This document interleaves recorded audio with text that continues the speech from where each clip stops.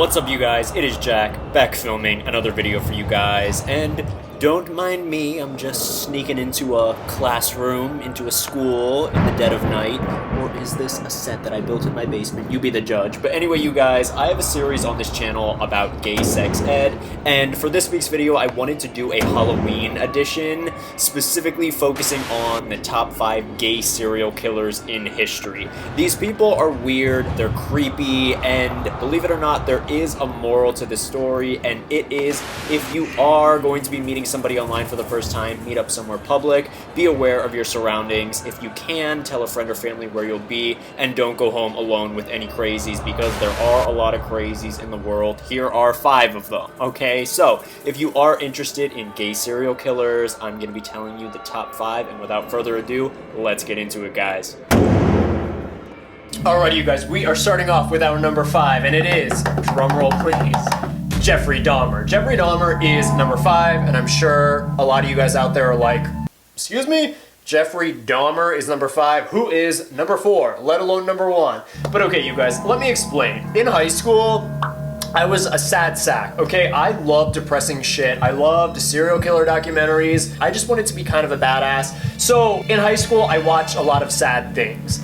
Jeffrey Dahmer documentaries being like the number 1 thing that I used to watch. So I am so familiar with the whole Jeffrey Dahmer saga story that I'm almost numb to the whole entire thing. Also, not to make it about kill count, but our number 4 killed more people than Jeffrey Dahmer, and our number 1 gay serial killer killed 300 people. So brace yourself for that.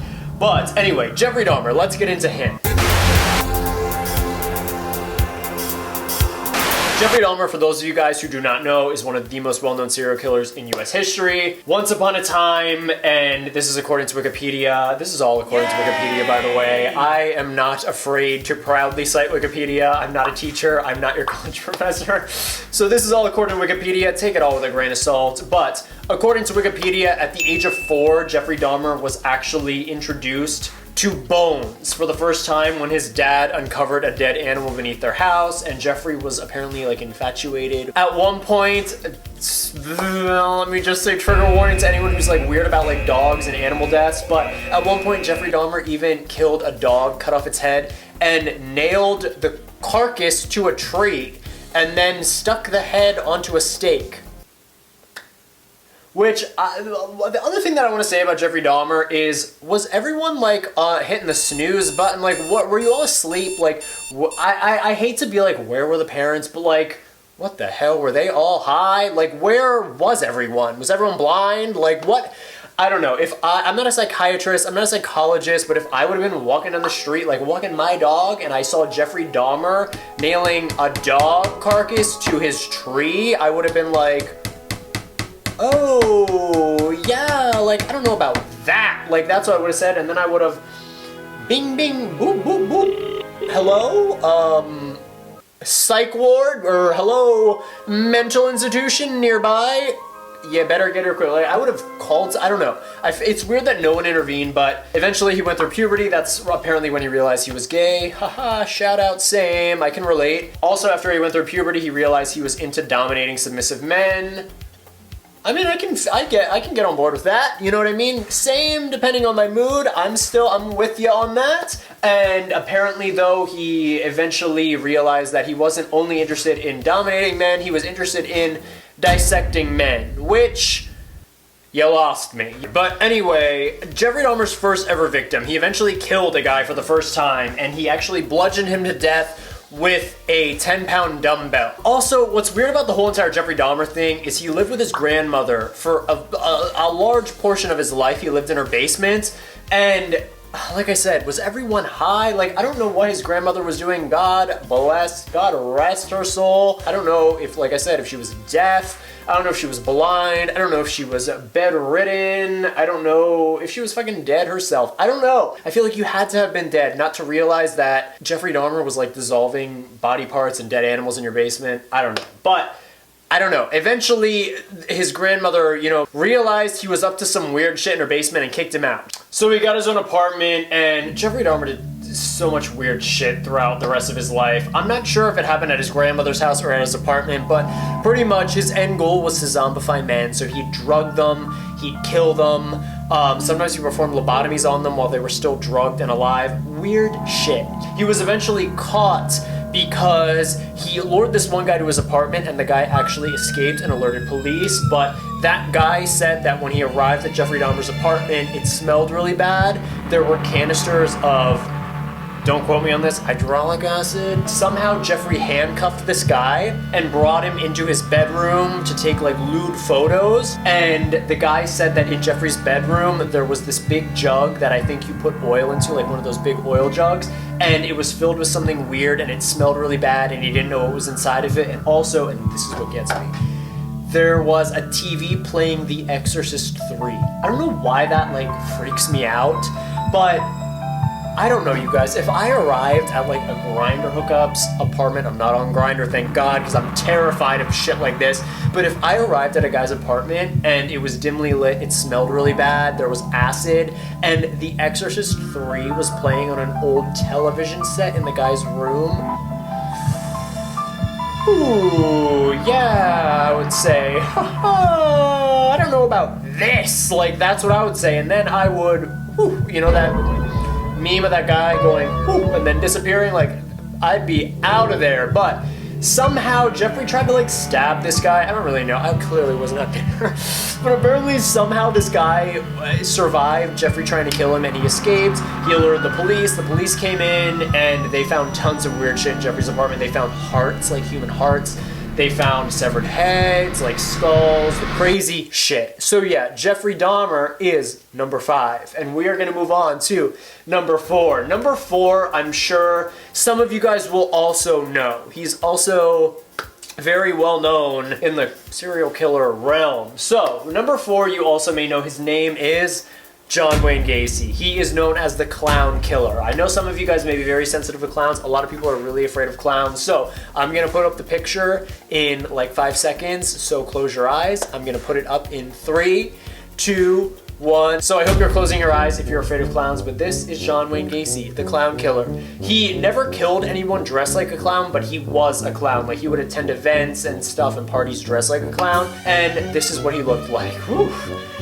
I don't know about you guys, but if I had a child and I hired a clown and this showed up, you know what I would say? And say it with me, I would go, I don't know about that. Call the police.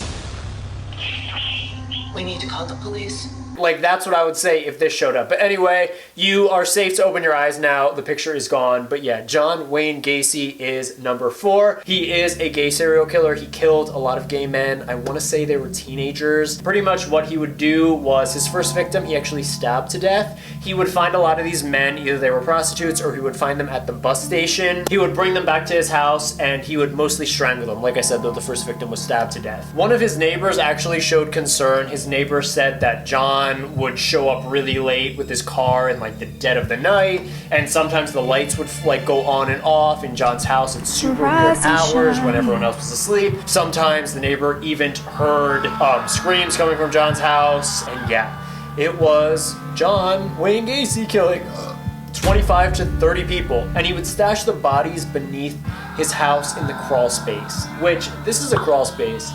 I don't want to know if my house was a crawl space. I am fine being ignorant. I don't want to know what's down there. I never want to see it. But yeah, this is what a crawl space is, and that's where John would hide all these bodies until he ran out of room. Can you believe that? He ran out of room. So he started stashing the bodies in a river. Ran out of room. My mind is like, where the hell was law enforcement? Like, I know that's like, it's not fair because obviously it was like the 80s, but where the fuck was law enforcement? Like 25 to 30 people are missing. What are you fucking doing? Are you, woo, let's play another round of Go Fish at the station. Like, what are you doing? Are you all like drunk and high? Like, is this another Jeffrey Dahmer situation? I don't know. But anyway, eventually John Wayne Gacy was caught. He confessed to a lot of the murders, and yeah, he is number 4. Next, we are going to move on to number 3. Number 3, I'm almost positive a lot of you guys haven't heard about unless you live in the UK. But this person isn't even a serial killer, they're just a killer. But they're so fascinating to me because they were a model, they were beautiful. I know that sounds horrible, but if you would look this person up, they were gorgeous, like back in the day. They actually won a competition in the UK, like a gay competition for modeling. After that, they became a sous chef. So, I mean, Jesus Christ, we have no choice but to stand. I mean, they went from modeling to they're beautiful and they can cook. But anyway, what's so fascinating about this story is that this person actually had a significant other or a lover. They were beautiful. Everything seemed to be fine in their life. But one fateful day, they barged into a restaurant, a takeout restaurant at 2:30 in the morning, covered in blood, demanding that the staff call police. And pretty much what happened was this person said that they feared that they were going to be raped by their lover. So they killed their lover in self-defense. However, you guys, I'm not a criminal investigator. You know, I'm not a lawyer. I don't know normal criminal activity. However, from what I've been led to believe, in a self-defense case, typically the person kills the person in self-defense and they run away and they call like the authorities. This guy though killed his lover, cut off bits of his body, his muscle, his flesh, cooked it in a pan with olive oil, seasoned it, ate it. Self-defense? I don't know about that. Say it with me. I don't know about that. That's what he did. But obviously he was a sous chef. He's like known as like the killer chef. I don't know. There was some article that I saw where it was like killer chef. Apparently authorities discovered bits of like human flesh on a cutting board. And they said it was like cooked. I mean, the authorities weren't like, it was cooked to perfection. But like, they said it was like cooked the way you would cook actual meat. Like it where it's like raw in the middle. I know that's disgusting. I'm sorry. That's like kind of TMI. Anyway, you guys, we are going to move on to number 2. Number 2 is known as the Butcher of Hanover. Let me look this up really quick. Shout out to my new iPhone. He's known as the Butcher of Hanover. My apologies. The Butcher of Hanover, also known as the Vampire of Hanover and the Wolfman, who committed the sexual assault, murder, mutilation, and dismemberment of a minimum of 24 boys and young men between 1918 and 1924 in Hanover, Germany. So, this guy isn't in the US, he's in Germany. Here's a picture of him. He would lure men back to his apartment. He would give them food and water, and then at some point he would bite into their neck, their Adam's apple, while strangling them. Sometimes he would bite so hard in their Adam's apple that he would like break through it and like break their trachea. I don't even know what the hell that is.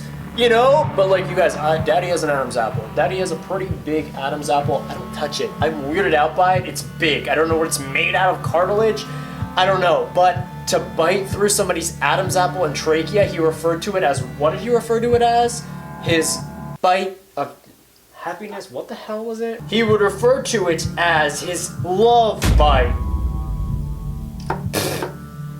You know what I have to say? Somebody has been watching a bit too much Twilight. Am I right, ladies? No, but seriously, what? Like, and also, you guys, not only was he known as like this vampire because he would bite through people's Adam's apples, but he was also known as the Butcher of Hanover because, and this isn't factual, it's believed, people believe that he would cut up his victims and sell their flesh and meat on the black market as minced meat. Hence, the Butcher of Hanover. So, he is our number 3. He is our number 2. We're gonna move on to our number 1, you guys. I wanna hear a drum roll really quick. I promise you, when I tell you this guy's name, you're gonna be like, never heard of him. I hate to say it, I hope I don't sound ridiculous. I don't know who this man is. I mean, he could be walking down the street, I wouldn't know a thing. Sorry to this man. But after this, you guys are all gonna know who he is. His name is Gilles de Rais. Here's a picture of him. Gilles de Rais was a knight and lord from Brittany, Anjou, and Poitou, a leader in the French army, and a companion in arms of Joan of the Arc. Wow, I didn't know that. He is best known for his reputation and later conviction as a confessed serial killer. Okay, so here he is. This was what? In Nantes, France? Nantes? I don't know how to pronounce it. So anyway, this guy, he killed a bunch of boys. Apparently he pampered these boys. Listen, I can't even imagine. Was that Shakespeare? When was 1440? Was there even law enforcement? I don't think so. Did they have villages? I don't even know what the fuck they had in 1440. Aqueducts. I don't know. Did they have plumbing? Was the plague happening? I don't know. I really don't know what was happening in 1440. But anyway, this guy, I think he lived in a fucking castle. Did they even have castles back then? I don't know. But he would pamper these boys, these men in clothes. Then he would get them drunk and bring them up to his room in the castle. And then he would kill them.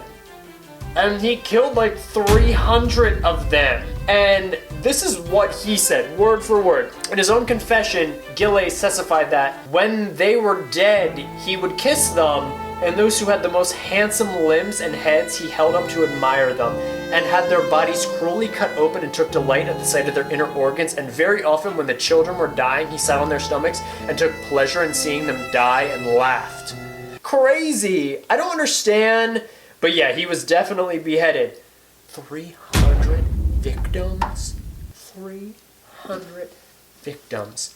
How big were these fucking villages back in the day? 300 people? He murdered them. He also apparently burned their clothing in his fireplace to get rid of it. And one bad idea after another. But anyway, you guys, that is this video. That is my top 5 gay serial killers in history. I hope you guys enjoyed this video. It was very weird. I hope it was slightly informative. Give this video a thumbs up if you like it. Happy Halloween. Follow me on Twitter, officialJM. My Instagram is Merridew. I love you guys so much. Happy Halloween, and I'll see you guys next time. Bye, guys.